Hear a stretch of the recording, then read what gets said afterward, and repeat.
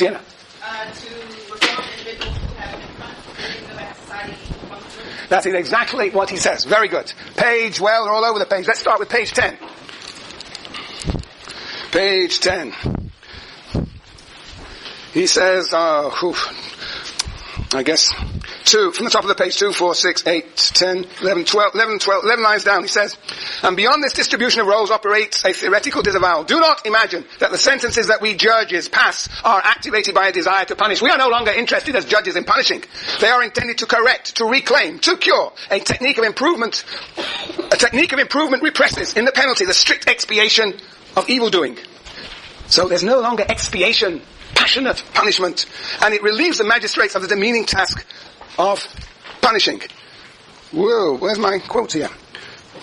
Well, I suppose I was all right. Intended to correct, reclaim, cure.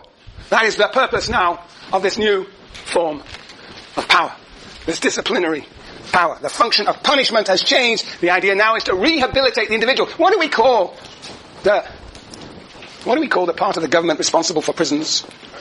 Department of Corrections. Corrections. The whole point now is to correct individuals, not to publicly punish, passionate, and to terrorize the people, but to rehabilitate. Rehabilitate the individual. Rehabilitate the individual.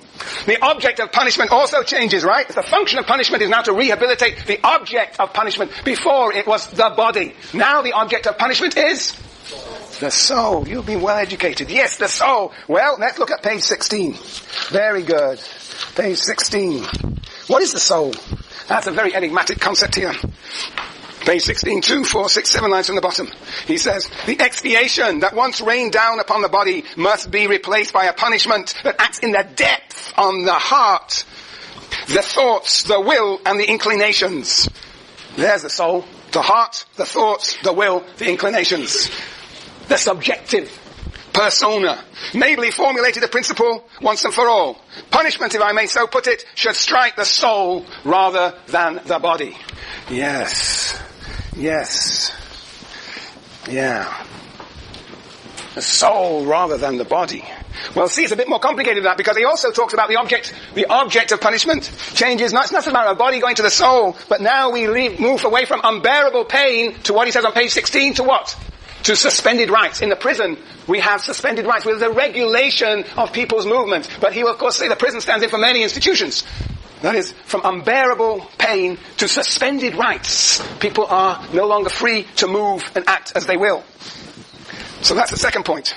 And then he talks on page 11, about the executioner becoming a technician. Oh, yes. In the middle of the page there, 2, 4, 6, 8, 10, 12, 14, 16, 18, 19 lines from the bottom.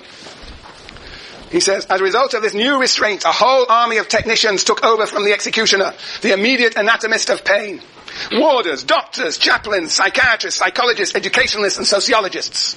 By their very presence near the prisoner, they sing the praises that the law needs. They reassure it that the body and pain are not the ultimate objects of its punitive action.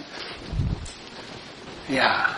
So now we move from the executioner to the technician, and in this case, we're talking about the technicians of the human psyche, the human subject. Sienna? We also said on that page how all these people are attending to prisoners. We're talking about condemned prisoners. And he feels that some of these prisoners are living better than before our society. Like, is that okay by him? Is that a critique of the criticism? Where does he say that? Something like, they're doing all this stuff. What stuff? These doctors and chaplains, and they're getting, 3 meals a day. I feel like that's, I don't know.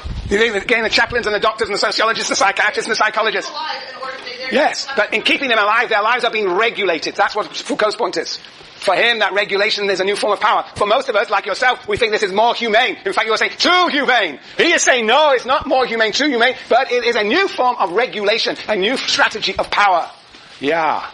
Now, that's what he's saying. Yes, Sasha. Could you just say it's almost the same amount of humanity, just represented in a different form, because our lives are regulated in the same way. I mean, we're told how to live. We just have different boundaries to live. Yeah, but for him, the prison is the prototype institution of all society. So we are all living in a regulated environment, regulated institutions. This is the most regulated place. The University of California, Berkeley. Just look at you all, staring at me in your regulated chairs. And you're so happy, you even laugh from time to time. Yeah, so Foucault is saying that all institutions have this mode of regulation. Yeah. Yes, Aaron. I think that's part of Foucault's more physically point that when we view the issue of rehabilitation, we're seduced into what we see as improvement. And part of that rehabilitation process is that we are sort of co-conspirators in our own depression. Right. That the very idea of improving and rehabilitating is a process of regulating us so that we are inserted into what? Into the division of labor. Slotted in there. Yeah. It's interesting. To return to the prison and the execution. Does anybody know much about lethal injection here? Anybody watched lethal injection? Lethal injection is the way that they... On MSNBC, they have a lockup series. Comes on at 1 a.m. So what do you remember from the lethal injection you've observed? You can also observe it on YouTube if you're interested. Well, they sat him down to a gurney. There's a series of chemicals that they insert in him. One kind of was muscle relaxant. Another one, another one actually was not that hard. But they just pushing buttons and then actually knows which one you can actually kill. Yeah. You want to let me read it? This is an old one, but this is a very nice account. Because it captures, Foucault's ideas here about the ways technicians are important in the orchestration of death. Death has its own protocol. In California, it's called Procedure 770. Procedure 770. The state's official 39-page handbook for the care, feeding, and execution of condemned convicts at St. Quentin Prison. Procedure 770 is chilling and exacting in its detail, as it is flat and bureaucratic in its language, designed to remove any human feeling from the teams of guards, medical personnel, and others carrying out the executions. The procedure has been honed by years of practice and dozens of dry runs before each sanctioned killing. Yeah. Procedure, let's go on here. Procedure 770 sets the lineup for the anonymous or volunteer execution team. It determines the number of official witnesses, 12, the time at which the official execution is set and synchronized, 11:01 p.m., and the number of towels, 6, blankets, 4, and pillows, 3, the condemned inmate will receive. It lists the time of the condemned inmate's last meal, as well as the execution outfit. And in one of its last instructions, Procedure 770 sets the size, the number, and the loading order of the syringes that will be used to inject, in this case it was Bonin, a very famous case, with a lethal combination, which includes pancuronium, bromide, and potassium chloride. Procedure 770 never wavers.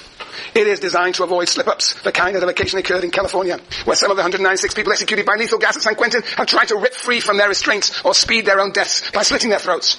Former San Quentin warden Daniel Vasquez, who put together the Procedure 769 after touring other states and examining their execution methods, has said that without specific direction, state-sanctioned killings would lack the somber toll required of the ritual. Procedure 770 provides it. Barring any last-minute court orders, Bonin will be led at 6 p.m. tomorrow to a cell near the death row office, where he will be strip searched, then scanned with a metal detector. He will be provided with a blue shirt, blue jeans, and undershirt, short socks, and hospital slippers. Then he will be escorted in restraints through the condemned unit door to a lower block and to an overnight death watch cell.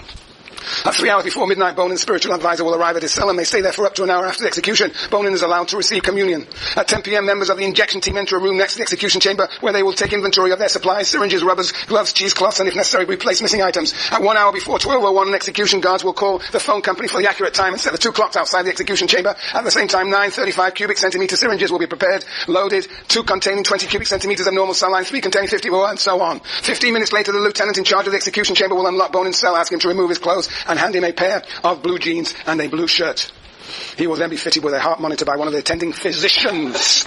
Bonin will be escorted into the chamber where he will be fastened into a chair. His heart monitor will be hooked up by a state-sanctioned doctor who will then inject Bonin with a angiocath through which saline solution will begin to flow into the condemned killer's veins. At 11:51, Calderon will give the signal for the guards to leave the chamber, which is sealed by the lieutenant, and the official witnesses will be escorted to their seats. Then Calderon will tell the execution team to begin injecting lethal agents, which will continue by intravenous infusion until an inmate is pronounced dead by the physician. The physician should advise the warden when the prisoner has expired, and the warden should instruct in records to communicate the expiration of the inmate to the witnesses in the witness room via the port of the anteroom door. Yeah.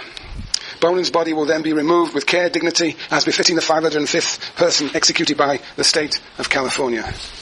Yeah. And so on and so forth. This is how modern execution takes place. It's precisely what Foucault is suggesting, that in fact, that we have a timetable, a regulated life. This is a new form of disciplinary power that finds its prototype in the prison, but that can be found in all arenas of society. The punishment has not disappeared, but it has taken a new form, has a new object, and enters into the interior of society.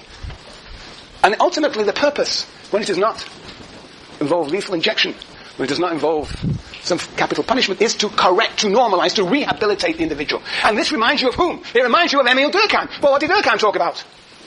He talked about, in the second regime of solidarity, was called organic solidarity. He talked about what? About a certain type of law, remember, Rosa? Restitutive. Who said restitutive? Lowell Grace, right? Noel. Okay, I just can't get the end. Noel Grace. Well, you're hooded, that's why I can't recognize you. Okay, Noel Grace, yes, but what do you remember about restitutive law? What was it? It's to restore the relationships between people. Yes. So what, very good. So what is the difference between Durkheim here and Foucault? If this new form of power is to what? For Foucault is to do what? Is to what? Hands up. Is to, yes, Conrad? But whom? But what? The offender, the individual, as opposed to the restitution, which is the restoring of the relation. See, that's the difference. Profound, important difference. They're both in concern with something similar here. They both sort of recognize there's a mechanical solidarity to organic solidarity, and we have sovereign power to disciplinary power. Here, we have public punishment. And here we have the restoring of a relationship of the division of labor, and here we have the restoration or rehabilitation of the individual. The focus of discipline, of punishment now is upon not the body so much as the soul, to reconstitute, rehabilitate the individual. Yes, very good. So first, the punishment has changed for Foucault. There is a rehabilitation of the individual. Second, the object of punishment has changed. We move from the focus from the body to the soul, from unbearable pain to suspended rights, from the executioner to the series of technicians who orchestrate the punishment. Yes. And third, as we've already said, so we move from the judgment of guilt. It's not so much now a matter so much important of whether somebody is guilty or not. Well, and the psychiatrist in the old days, was the person sane? Was the person in command of his or her senses? Did he or she know what she was doing? Now the concern is not so much with guilt and responsibility, but it is concerned with what?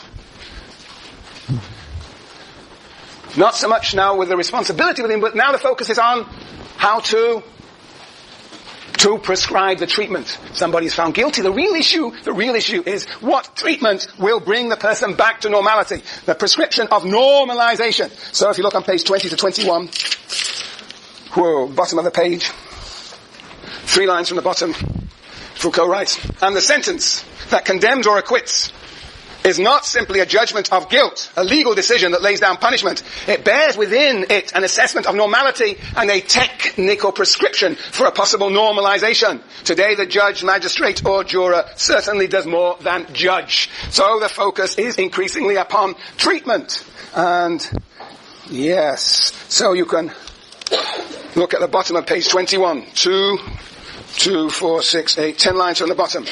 He says, let us examine the 3 questions to which, since 1958, ruling they have had to address themselves. Does the convicted person represent a danger to society? Now is what questions we have to ask. Is he susceptible to penal punishment?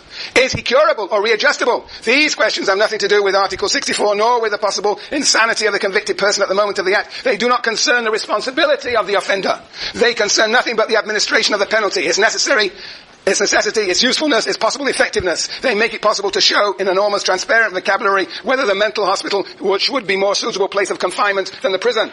Whether this confinement should be short or long, whether medical treatment or security measures are called for, what then is the role of the psychiatrist in penal matters? So, simply said, is basically we are now concerned with the treatment of the offender, and hence we employ what? Physicians, psychiatrists, and yes, sociologists too, though he doesn't mention them for some reason or other. That they too become sort of witnesses, experts in trials, deciding what should happen to offenders.